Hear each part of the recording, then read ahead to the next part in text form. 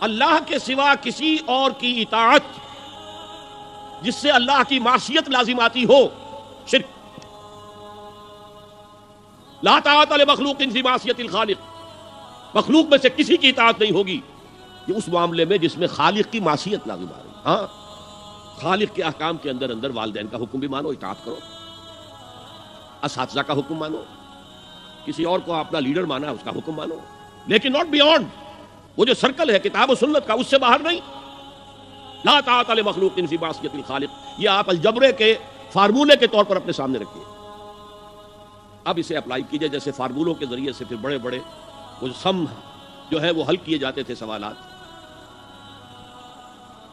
صبح کا وقت ہے، آنکھ بھی کھلی ہے، کوئی اذان کی آواز بھی کان میں آئی ہے، آپ کا نفس کہتا ہے ابھی سو جی، آپ نے اپنی چادر یا کمبل کو درست کیا اور کروٹ لی اور سو گئے۔ یہ کیا ہے؟ آپ نے کس کا حکم پیچھے پھینکا اور کس کا حکم مانا؟ اللہ کے حکم کو پیچھے پھینک دیا، نفس کے حکم کو آگے رکھا۔ یہ شرک، اس شرک کو جاننے والے بہت کم ہیں۔ مولانا روم نے خوب کہا تھا، نفس ماں ہم کم ترس فرعون نیست لیکن ایراعون نیست، میرا نفس بھی فرعون سے کم نہیں ہے۔ فرعون نے کہا تھا نا الیس لی ملک مصر وہذہ الانہار تجری من تحتی، کیا اس ملک مصر کی حکومت میری نہیں ہے؟ اور سارا جو یہ آب پاشی کا نظام ہے، انہار کا نظام ہے، وہ میرے کنٹرول میں نہیں ہے؟ جس کا چاہوں موگا کھلا رکھوں، جس کا چاہوں بند کر دوں۔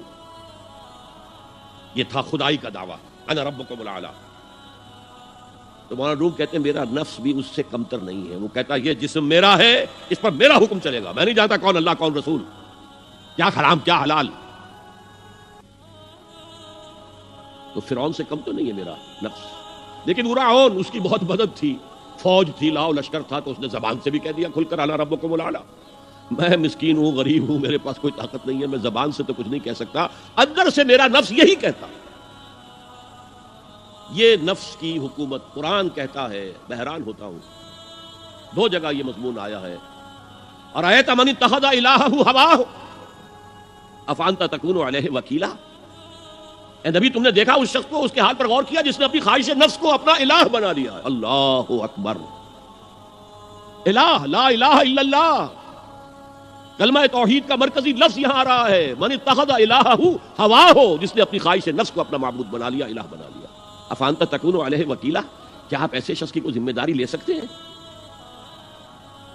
سود حرام ہوا کرے جی، حرام حرام، ہمارا دھندا جو ہے وہ آگے بڑھ نہیں سکتا، تو اللہ کے حکم کو پیچھے ڈالا، نفس کے تقاضے کو آگے رکھا۔ کون معبود ہے آپ کا؟ نام عبداللہ رکھیے، نام عبد الرحمن رکھیے، ہے عبد النفس، نفس کے بندے، نفس کے غلام۔ یہ میں نے یوں سمجھیے کہ جیسے میں نے ہجرت اور جہاد کی ڈیفینیشنز کی تھی۔ ہجرت کا بیس کیا ہے؟ پوچھا گیا ایو الہجرت افضل یا رسول اللہ، اے اللہ کے رسول بتائیے سب سے اعلیٰ ہجرت کون سی ہے، افضل؟ فرمایا ان تہجر ما کرہ ربک، ہر اس چیز کو چھوڑ دو جو تمہارے رب کو پسند نہیں۔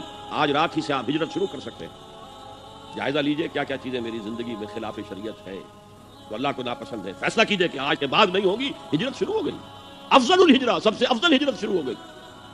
لیکن ٹاپ پر لے جائیے تو یہ ہجرت جب اللہ کے دین کو قائم کرنے کی جدوجہد اس مرحلے پر آ جائے کہ اب باطل کے ساتھ ٹکراؤ ہے اور اب چاہیے کہ ساری قوت ایک مرکز پر جمع ہو جائے، ہجرت فرض کر دی گئی، وہ ہجرت گھر بار چھوڑ کر، اہل و عیال کو چھوڑ کر، اور مکے کے بھیڑیوں کے رحم و کرم پر چھوڑ کر اپنے گھر والوں کو، جو لوگ ہجرت کر کے آئے، حکم تھا۔ ہجرت مدینہ فرض تھی، ہجرت حبشہ فرض نہیں تھی، صرف اجازت تھی کہ جن سے سختیاں نہیں جھیلی جا رہی مزید وہ چلے جائیں۔ تو ہجرت کا یہ ابتدائی نقطہ، انتہا یہ۔ جہاد، المجاہد من جاہد نفسہ، جہاد تو یہاں سے شروع ہو گیا، اپنے نفس کے خلاف جہاد کرنا۔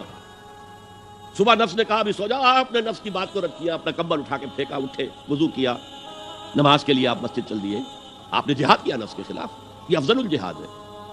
اور سب سے چوٹی اوپر یہ ہے کہ جب وہ حق و باطل کی جنگ ہو تو جان ہتھیلی پر رکھ کر میدان میں حاضر ہو جاؤ۔